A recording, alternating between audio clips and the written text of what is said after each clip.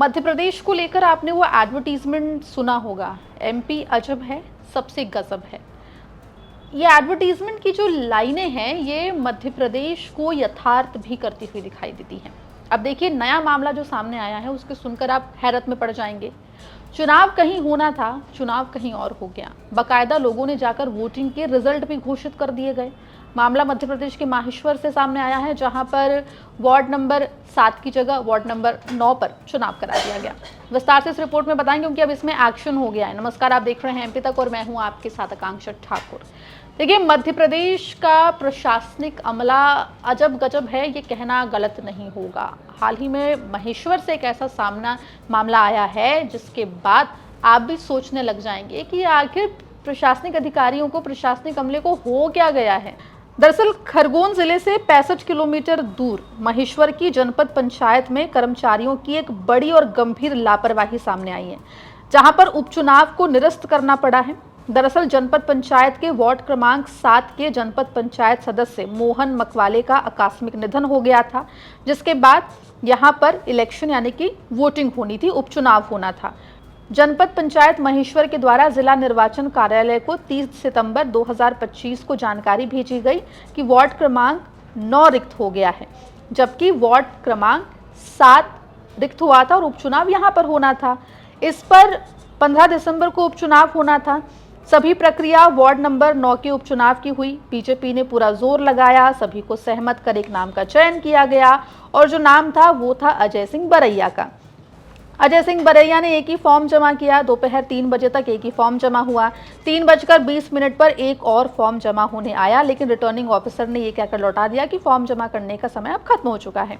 अंत में फॉर्म बरैया का रहने की वजह से उनके समर्थकों ने बरैया को निर्विरोध निर्वाचित होना मान लिया।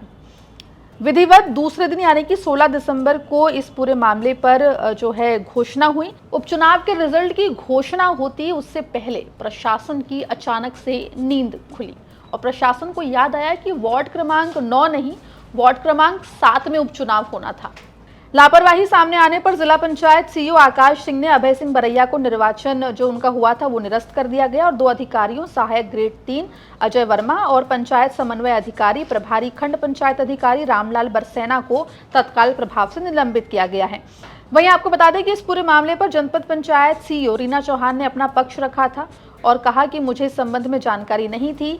बाबुओं ने मेरे बगैर सूचना के खाली वार्ड नंबर 7 की जगह वार्ड नंबर 9 को खाली बताकर सूचना भेज दी और यहाँ पर जो इंदौर कमिश्नर है सुदाम खेड़े, उन्होंने महेश्वर जनपद पंचायत सीईओ रीना चौहान को मध्य प्रदेश सिविल सेवा आचरण नियम का गंभीर उल्लंघन मानते हुए इस आदेश के तहत उनको निलंबित कर मुख्यालय कलेक्टर कार्यालय खरगोन में फिलहाल अटैच कर दिया है।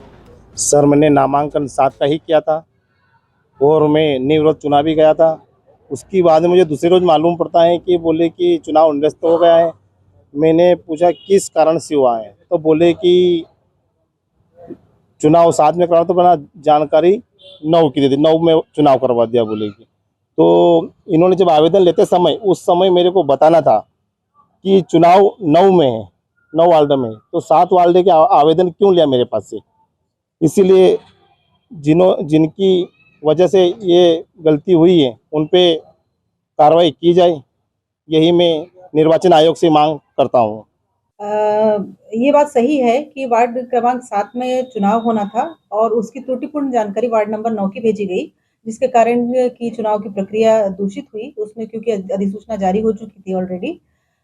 तो यहाँ पर जो शाखा प्रभारी हैं अजय वर्मा और यहाँ के जो प्रभारी पंचायत इंस्पेक्टर है श्री रामलाल बरसेना द्वारा बिना मेरे संज्ञान में लाए अपने हस्ताक्षर से ये जानकारी इलेक्शन को भेजी गई थी, जिसके कारण ये स्थिति निर्मित हुई। अगर तो देखिए, अजब एमपी के गजब किस्से हैं। वार्ड क्रमांक 7 में पद खाली होता है, उपचुनाव वहां होने थे।